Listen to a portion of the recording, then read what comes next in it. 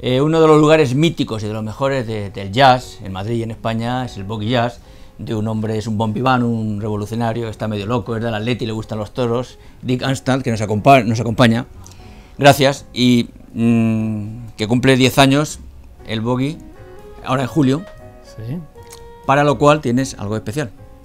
Bueno, pues sí, el 1 de julio, como has dicho, cumplimos 10 años y durante los primeros 3 días, 1, 2 y 3, lo vamos a celebrar con el maestro, quizá el jazzman más mítico o más internacional que tenemos en vida, que es Pedro Iturralde, que estará en cuarteto. Y bueno, yo creo que indiscutiblemente hay 2 nombres en el jazz nacional, que son Tete Montoliu y Pedro Iturralde, que tienen esa vitola de haber trascendido con su música mucho más allá de las fronteras. Sí, sí. Ahora que está tan de moda eso de la marca España, creo que son magníficos representantes. Pero afortunadamente ha habido relevo, porque sí. Luego de aquella hornada de los Bloody Bass, de los Lou Bennett, sí. Pedro Iturralde, etcétera, vinieron otros cachorros en aquel momento, en los 80, como Chano Domínguez, Jorge Pardo, Albert Bover, Javier Colina. Entonces consiguieron ese impulso para que el jazz no se quedase estancado en los nombres antiguos, claro, ¿no? Claro. Y ahora ahora hay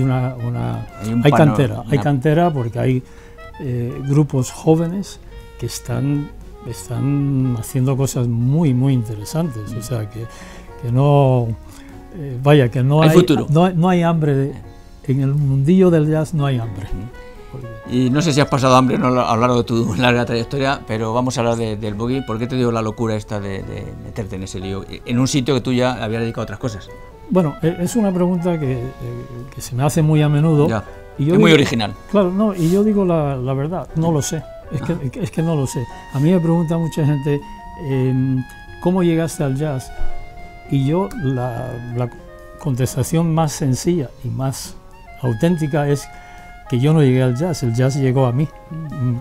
De alguna manera, y por razones que todavía desconozco, pues llegó un momento que fue como una locura, como un flechazo, pero no un flechazo con alguien desconocido, porque el jazz desde mi infancia ha estado conmigo en el background, ahí, ¿no?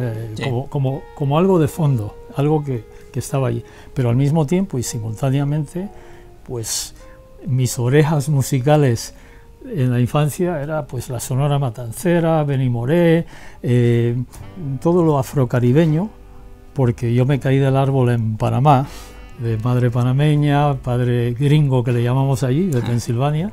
Entonces el jazz y la música esa caribeña, merengue, guarachas, boleros, siempre han estado allí. Pero yo no me dedicaba a la música. Ya. Esto fue una cosa que ocurrió de repente.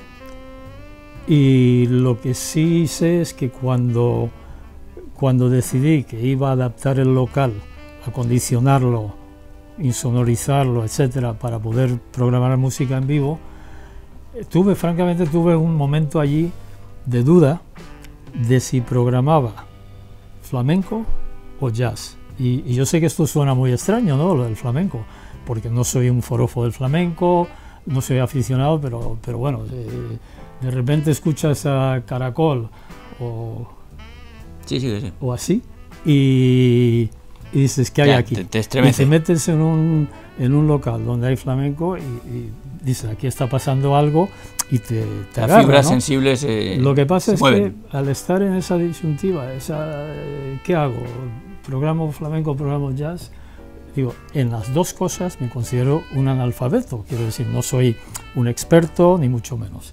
Es decir, yo soy lo que en inglés se puede decir un jack of all trades, master of none.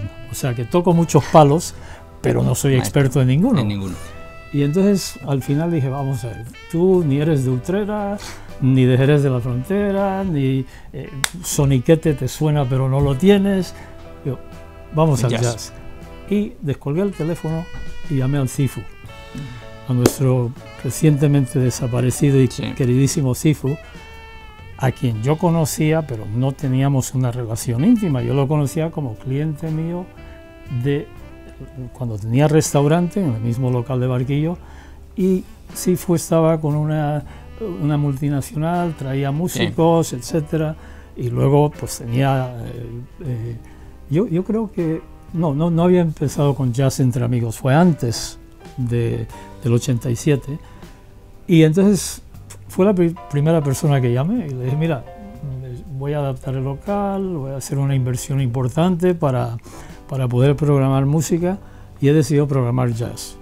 Bueno, el beso que intentó darme, tuve que frenarlo un poquito y decir, Cifu, que estamos en Chueca, esto se puede malinterpretar, y a partir de allí se convirtió, vamos a decir, en el valedor del boogie, en el sentido de que yo le dije, bueno, que sepas que te voy a estar llamando continuamente para consultarte, para informarte, llevar gente, etcétera. Y entonces, bueno, pues allí empezó una historia muy bonita, y como yo no me cansaba de decirle, estuviésemos en el Ciego, pasando unos días de verano o donde fuera, yo no me cansaba de decirle, cuando le hacía una pregunta y a los 2 o 3 minutos ya estaba perdido porque me había dejado, había superado mi capacidad de absorber lo que me contaba, le decía, a ti se te habrán olvidado cosas del jazz que el resto de los indocumentados como yo aún no hemos aprendido, claro, y probablemente nunca vamos a aprender. Y entonces, bueno, pues allí empezó un poquito pues la experimentación, porque claro, yo no tenía experiencia previa y tenía que programar distintos grupos, y me equivoqué muchas veces, me sigo equivocando, y me seguiré equivocando. Pues Lo que tiene el jazz y la música en vivo es que es eso, es algo vivo que se basa bastante en la improvisación. Sí. Y hay quizá un concepto equivocado, ¿no? Según Pedro Iturralde, que decía antes, Pedro dice, el diccionario dice que la improvisación es hacer algo sin previa preparación.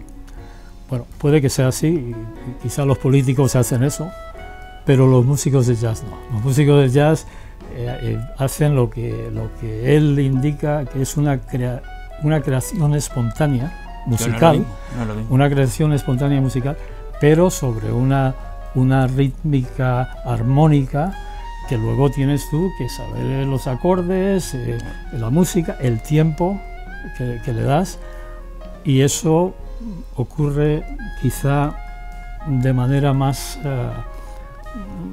no exclusiva, pero más casi exclusiva en el jazz. Casi exclusiva en el jazz, bueno, a diferencia de otras músicas. Y por eso hay grandes solistas, por eso estamos hablando de algo que tiene su historia, su trayectoria, sus estándares, pero muy vivo. Y tan vivo como el boogie, que 10 años y muchos más en un lugar mítico. Te agradecemos que estés aquí con nosotros y nada, adelante a cumplir muchos más años con el buen jazz y con la buena música. Muchas gracias, Dick. Pues muchísimas gracias a ti por invitarme, Emilio. Al contrario, es un placer. Y el placer es mío también. Gracias.